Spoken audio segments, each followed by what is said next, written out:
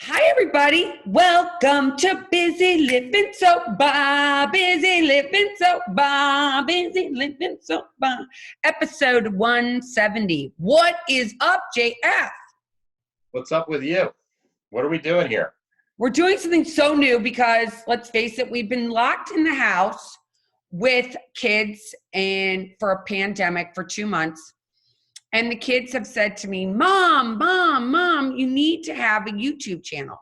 And I'm like, well, I kind of have a YouTube channel because I used to do mocktails all the time. Remember when you recorded me doing mocktails? Yes, I do. Mm-hmm.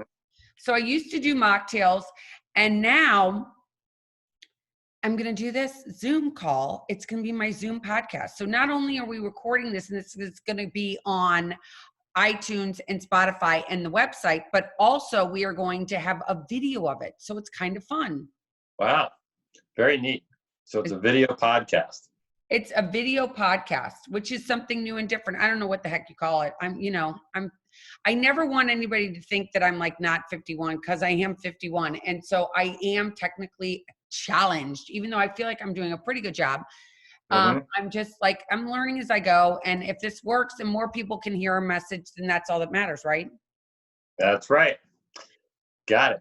So what's on your mind today? So, well, for one, I want to say Busy Living Sober is about changing the stigma associated with addiction, if nobody knew that. So that is what it's all about. It's about getting busy living sober. And so I want to tell Why don't you, since you said that, why don't you tell us what is the stigma attached with addiction? Well, I know for me, the whole stigma was like, oh my God, I don't want anybody to know I'm an alcoholic, because an alcoholic is somebody who hangs out underneath a bypass or walks down the street with the bottle in the bag, is a degenerate, is the scum of the earth. That's the shame that I felt like came from that an alcoholic was. So that you were I was ashamed. Mm-hmm. I was really ashamed. I was really ashamed. It was like the hardest thing I have to say I've ever done. And I say that all the time, and I don't want to sound like to the people that listen, I don't want to sound like a broken record with saying the same thing over and over again. But I was like more scared. I was more scared. I don't even know if that's proper English, but I was more scared to come in and admit that I was an alcoholic than I was to get married, buy a house, have a baby, buy cars. Like, that was the worst thing, to give up the gig of who I really was. That was the scariest thing of all. It was like, I do not want to admit I'm an alcoholic because God forbid nobody's going to like me. Mm-hmm. And what happened? And what happened is that, I got a freedom that I never, ever thought I would ever have from admitting, I remember going to that first meeting, and it was almost 14 years ago, God willing. And I went and I was like, oh my God, raising my hand. I went to a 12-step group that a lot of people know I do go to. And I went to a 12-step group, and I raised my hand and I said, I'm an alcoholic, and I asked for help. And when I did that, it wasn't instantaneous, but it was pretty instantaneous, that I finally was like, oh my God, I'm here with people that get me, and I get to be me. I'd spent my life being a chameleon. If you wanted me to be this, I'd be that. If you wanted me to be that, I'd be that. I was always, I never was exactly who I wanted to really be. It was always what everybody else wanted me to be. Mm-hmm. Because I thought that if I became like you, then you would like me. Because that's what it's all about, right? I want everybody to like me. I want everybody to be my friend. I want everybody to think I'm the cat's meow, when I didn't think I was the cat's meow at all, right? I didn't think I was cat's meow. I thought I was the biggest loser in the world. Mm-hmm. Interesting. It's funny. I was at a 12-step meeting at lunch today, and we were just talking along the exact same lines. Really? Do share. Isn't that interesting? It's ironic. It's crazy. Mm-hmm. God wink, as I say. I'm winking. Well, it's funny because you say you went to that first meeting and you felt like you were with people that got you, and I felt the same way, but for a different reason, because I couldn't understand why I kept I couldn't understand why everybody in my life was mad at me all the time, and and I couldn't understand why they were so upset when I was just doing what I thought was was my answer, right? Right. And that was all that I had. And I just couldn't I couldn't figure it out. And I couldn't figure out why I was mad at me all the time. And I couldn't figure out why I was disappointed in me all the time. And I couldn't figure out why, I was just didn't like myself until I got in this room and I met a lot of people that got me, and it turned out that, what they told me was, because I really didn't know, honestly, was they told me that I'm an alcoholic. And when you're an alcoholic, this is what happens. And, eventually that made total sense to me. Like I got it. But I had a problem. I was an alcoholic. I was drinking alcoholically. And it was causing a lot of difficulty in my life. But that realization, that was the thing for me that set me free. Because I was always trying to figure out what I could do to change my life so that people wouldn't be angry with me. They wouldn't be disappointed in me. They wouldn't be embarrassed to be around me. And that, more importantly, that I wouldn't be angry with me and I wouldn't be disappointed with me. And I wouldn't be embarrassed about myself. And this group had the answer. The answer was just don't drink anymore. And that was it. It was that simple. So once I understood that, my life really turned around in all ways. But the thing that was most important was not what everybody else felt or thought, but it was what I felt about me and what I thought about me. And I think that's a big part of your message that you try to bring across, in Busy Living Sober, was that I was able to gain an understanding of myself that I never had before and find a little bit of compassion and a little bit of forgiveness for myself. And I haven't had to repeat those mistakes for 20 some years just because I don't drink a day at a time. That's all I had to do, and it was so frustrating because I was looking for that answer for so long. But, the truth is, not drinking was not the answer I was looking for at all. Because I thought drinking was I thought that was my answer to all my problems. It was just something else, so they always say that, your perspective is skewed. And so that's the way I felt. When I came in, somebody grabbed my head, metaphorically, and just turned it like that. And I was like, oh, I can see now. I get it. I understand. So I could really relate to that part of what you were telling. It's interesting how you said that. You're like, they tilted my head a different way and I could see things and I had a new perspective, right? Mm-hmm. Some people, there's a book called A New Set of Glasses. And it is a new set of glasses. It is Memorial Day weekend. We are in the middle of a pandemic. I'm wearing an American flag shirt just so all of the people out there could see that I'm being patriotic. And we're in the middle of a pandemic, and it's the ability to change my perspective, like you just said, taking my head and going, or going, whichever way you take it, right? Your perspective is all that really matters, right? And I couldn't even have a perspective where I was before drinking, because when you're drinking, all I thought about is, where am I going to get it? How much is there? Can I get more? Where is there going to be enough? And it was debilitating in a lot of ways, right? So I was in my own private hell, my own private prison. I didn't think about it when I was drinking, but now looking back, because I believe that I learn more in hindsight than I do when I'm in it. But when I was in it, that's all I really thought about. When was the next party? God forbid I have a feeling. God forbid I be me. So now here we are. It's supposedly one of the biggest weekends of the year, right? Because it's it's the weekend that marks the start of the summer, and everybody normally goes out and parties and does all that. And I think more than half the country, bars aren't even open right now, are they? And people are still in quarantine. People are staying home. And I'm sure some people are sitting at home right now going, oh my gosh, I don't want to have another drink. This is really hard. And, changing my perspective and going, oh my gosh, how can I do this a little differently today? How can I do this Memorial Day a little differently than I've done it before? That's where the key comes, right? How can I do it a little differently? How can I change my perspective? So how did I change my perspective of thinking every alcoholic that I met was somebody who was a degenerate, who had no morals, was the biggest loser in the whole world? Well, the longer that I've stayed sober and the more people that I've met, it's quite the contrary.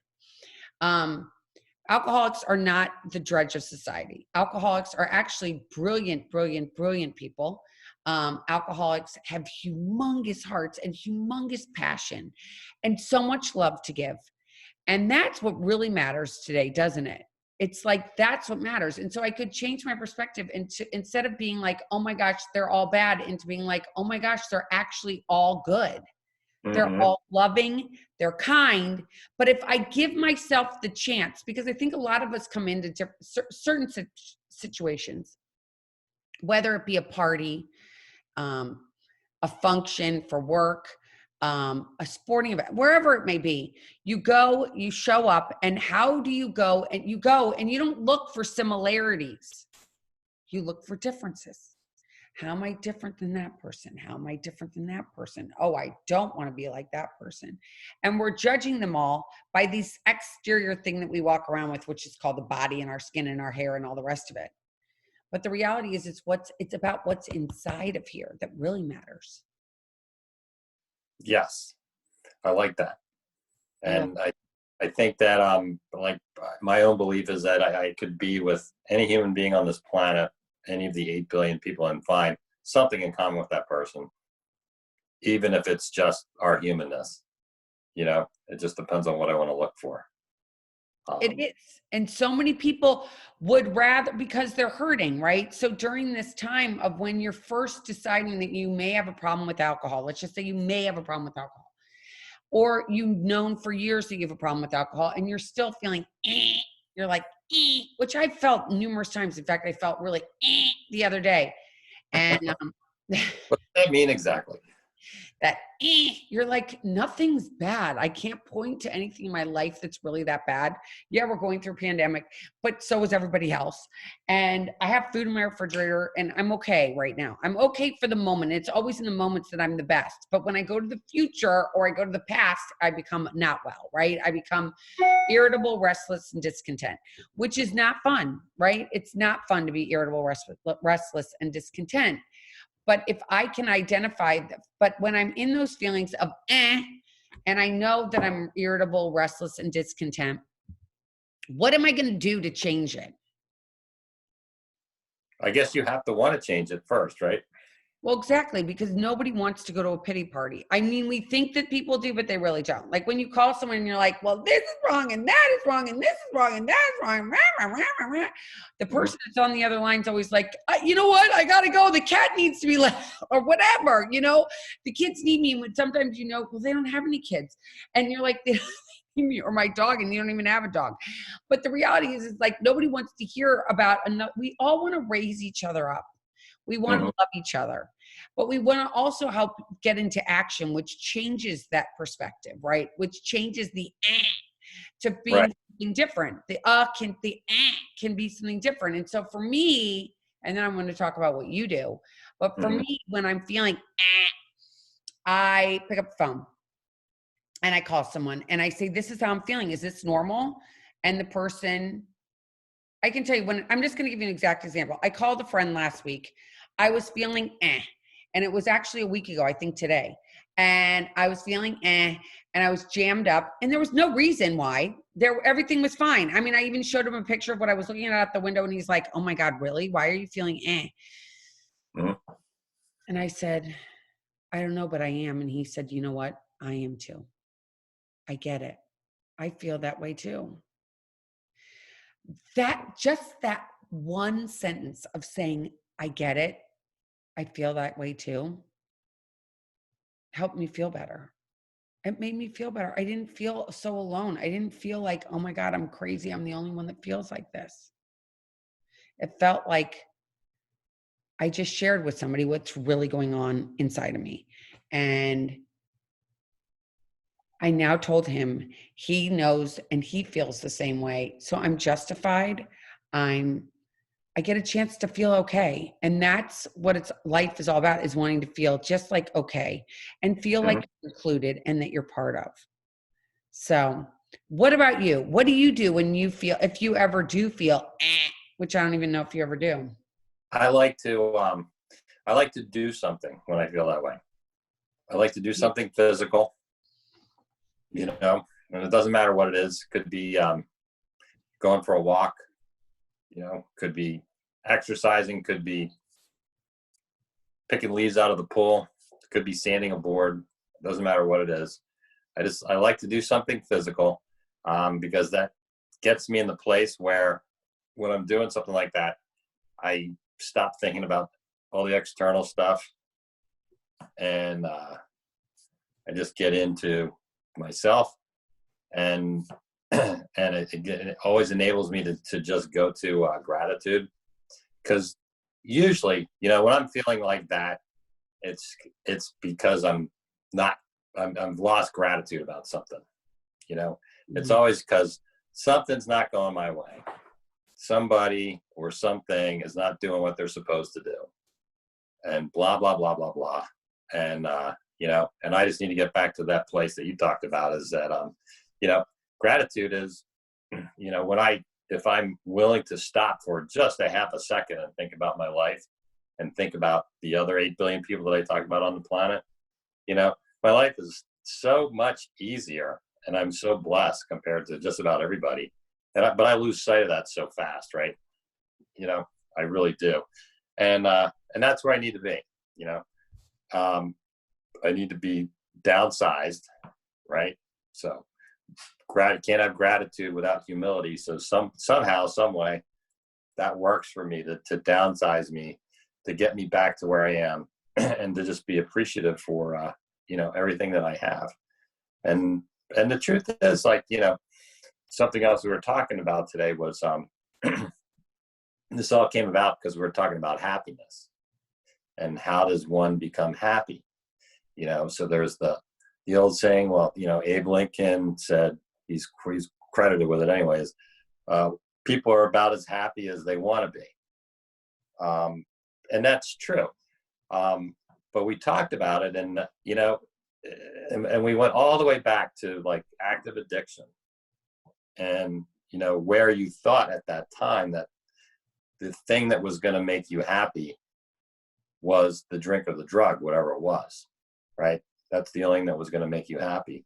But in a broader sense, what it always is something outside of me is going to make me happy. That's the thought. If I get this, if I take that, if I smoke this, if I eat that, I'll be happy. But it's totally not the case. Now, when if you're in active addiction, it's even worse, because not only, like I said, is everybody and everything disappointed and angry with you all the time, but you are the same way with yourself. So how can you be happy if you don't like yourself? So you need to, I needed to anyway. I needed to get away from the substance for a while, and I really had to give myself up to this thing that these people at these meetings said which was, let us love you until you learn how to love yourself. And I didn't know what that meant, and it sounded like new age BS, but it was so true. I had to let these people carry me until I got to a point where I was okay with myself again. And how that worked, or how it seemed to work, was that I started doing things in my life that I wasn't disappointed in. I started doing things in my life that I was proud of. I started doing things in my life that I knew I should be doing. And I didn't do as many things that I knew I shouldn't be doing. And I just got better with myself. So I was able to find some happiness, which is pretty much the case now. It's if anybody asks me, I'll say, I'm generally happy. Now, I'm not a giddy person, that, but I'm generally happy. And to me, like, true happiness is in contentedness. And contentedness is, for me, it's very, very, very important. and we just talked about restless, irritable, and discontent, right? So I'm content. Most of the time I'm content. And what does that mean? That means most of the time I'm happy with everything that I have. I'm not unhappy with everything that I don't have. I'm happy with who I am, and I'm happy with who I'm with. That makes me content. And when I'm content, for me, that is the perfect place to be. I can't be any happier than that. I'm not under the influence of anything. I'm not under the influence of any kind of emotions or any kind of, wild, whatever it is. I'm just content and I'm happy. And, that can look like me sitting around like I am right now, being a content person. Well, I think there's certain things that we do that help us get to contentedness. And I love that you brought up Abe Lincoln, because it's true. Abe Lincoln, I don't know if you know this, but Abe Lincoln was very depressed in his life prior to becoming the president of the United States. And at 30, he wanted to kill himself. And this is national. Did you know that this is Mental Health Awareness Month? And we're at the end of it right now. So I wanted to, because you brought him up, and I've been studying him a little bit. And what? Tell us more. So what I want to say is that I learned from Abe Lincoln wanted to kill himself at 31, and he had a friend but then he said, but you know what? The only reason I don't want to kill myself is that if I die right now, I'm leaving no evidence that I was here. I haven't done anything. No one's going to ever know that I was here. And that's been something that's big in my life. Like, I've always wanted to have something that I can leave to my kids. And we know I needlepoint and I paint and I do all those things. So those are things that I want to actually impact.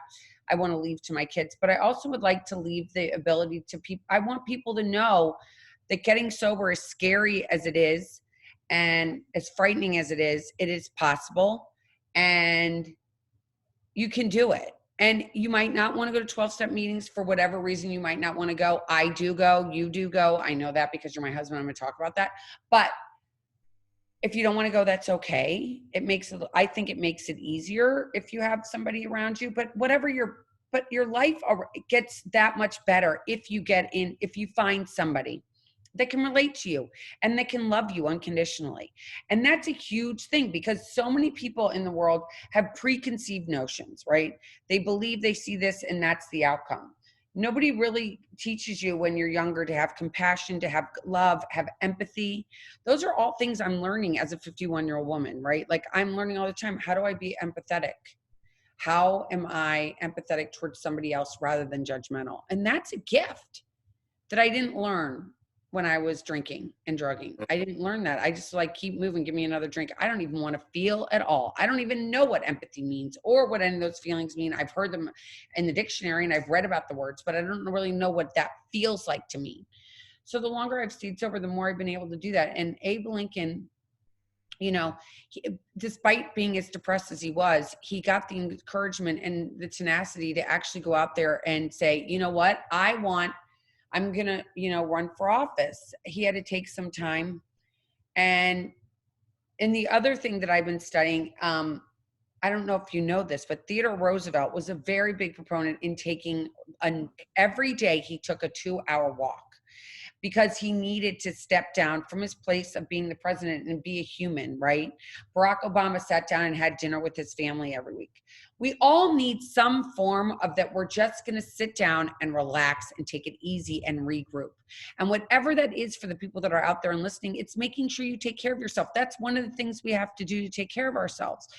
But this is all gifts that we get once we're sober, once we're not driven by alcohol. Once that isn't our God and we make something else our God. For me, it's the Lord Jesus Christ, and that's for me what God is. But for some people, it's something different. Whatever it is, I can't judge that person for it. But having a higher power, being like, okay, I want to do this. I want to stay sober today. In just this span since I woke up. So I woke up at 7. I've been up all day. So what have I done today that has made me a sober woman? Okay, for one, I got up, I attended a Zoom meeting That was important to me. So I did that. And then after that, I had some breakfast. Then I did a little exercise. I caught up with some of my girlfriends. I'm doing this masterpiece, master class. And so I listened to that for a little bit. And I've been diddle-daddling. That's my day. And it's Memorial Day. And I haven't thought once, oh my God, I really didn't even think once until we sat down to do this podcast. Did I think, oh my God, I really missed that I didn't get really messed up this weekend. I did not miss that once. Did you? I did not miss it at once. I didn't think one time, oh my God, I really wish that I had gone out and gotten shit-faced with my friends, because whenever I never got shit-faced and it was pretty, I can tell you that. So I didn't miss any of it. Did you? No, not at all. I don't think I have any friends that I could like get together with and get shit-faced with any longer. I bet you could find one. Well, I could go make some new ones real quickly if I wanted to, but you know what I'm saying. Right, but they would always fall under the friends group. They're my friends. We're gonna sit around and I talked about this morning. You know, how many things you used to talk about prior to today. Like you'd sit on a bar stool, at least I would, and I'd be like, I'm going to do this and I'm going to do that. And I can't wait. I'm going to go do this and I'm going to do that. And the next Friday night I was sitting there doing the same exact thing with the same exact people and nothing was changing. I was just getting older. Not attractive. I hear you. Right. And so today there isn't, you can't go to the bar. So you got to sit in your own skin. You got to feel these emotions. I think it's really important to reach out. I have to tell you, I have been, I took a week off of the podcast, which I never really do because I've been on, can you believe I've been doing this for 3 years? It's kind of crazy. Yes, I can. You can? I can believe it. Yes. Yeah. And I don't get any money. I don't make any money doing this. So anybody who's out there, I do this all by just, I just do it as my accountant says it's my hobby. So here I am doing my hobby. And when I get a call like I did a week ago, I got an email actually. I got a Facebook message from somebody who's actually, he's coming on in a couple weeks now. But I got a Facebook message that this podcast changed him. And do you know what it changed the most about him? He could love himself. Something he heard clicked. And it was like, oh my gosh, I want to love myself today. I don't want to pick up a drug today. I want to be in love with myself today. And that's one of the hardest parts of being in recovery is falling in love with ourselves, because we don't learn in school how to fall in love with ourselves and to love ourselves and to trust ourselves and listen to our intuition, which I call my soul. It's telling me what's right, what's wrong. I know that intuitively. And it's being able to listen to that and being able to look in the mirror and like what's looking back at you, which is the biggest gift of all. Yes. And I really think that's really based on action. It's really based on taking right action is what I mean to say. For me, taking right action will lead me to the path of learning to love myself. And being joyous and free and serene, hopefully. So we're coming to the closing. We've got about a minute left. Not even. Oh my gosh, it went so fast. I know. Isn't it crazy? I'm so used to video, so used to doing these chats, like sitting side by side on the couch. Now we have to be on different floors of our house so we don't get echo. Well, maybe we'll just do it. We're going to maybe figure out something else. We could also do, we'll figure out another thing, but we're just testing this out. Everybody that's out there, we're all just trying new things. So you're along the ride with me. That's right. You're spitballing, right? Excuse me? Are you spitballing? I'm spitballing again. I'm spitballing. That's what JF says. I'm spitballing. So you're along the ride with me while I make these different changes and it's an exciting ride. And it's been a gift to be able to do this podcast and to help people. And some people I'll never meet in my entire life, I bet, that have heard this. But if we help one person today, that's it. That's all I want to do is help one person. So this is our first podcast that I think it's actually the second one, because I did see one on YouTube that I don't know when we did that. But anyway, it's up there. but this is the first official one where we're actually going to be now on YouTube. We're going to be on iTunes. We're going to be on Spotify and always on busylivingsober.com. So if you're feeling alone, please reach out, right, Jeff? Tell them to reach out because you know me, I always write back. I always write back. That's a very nice paper to write back on now. Now I have really nice paper to write back on. If you want to write me a letter, you can do that too. But most people want to just email me today in today's world. I don't know but if you can write me a letter, I guess you could. But go to Busy Living, reach out. Do not be alone. And know that, you know, you can do this one day at a time, but it's only about one day at a time. It's not in the future and it's not in the past. It's, look at me doing this. It's not in the future. It's not out there. And it's not back there. It's right here, right now. That's where it's at, right here. This is where God is, right here, right now. And this is how we can be busy living sober. So until not, and it's not next week anymore because we have a guest coming on this week. It is, it's till next time. I can't say till next time. Till next time. I like that. Till next time. So Thursday we'll have another one up here. So, you know, it's all exciting. It's all happening the way God wants it to happen, not the way Busy wants it to happen. So with that, until next week, keep getting busy, living sober. You're not going to say it. Keep getting busy. I want you to say it. Keep getting busy, living sober. Bye. Bye.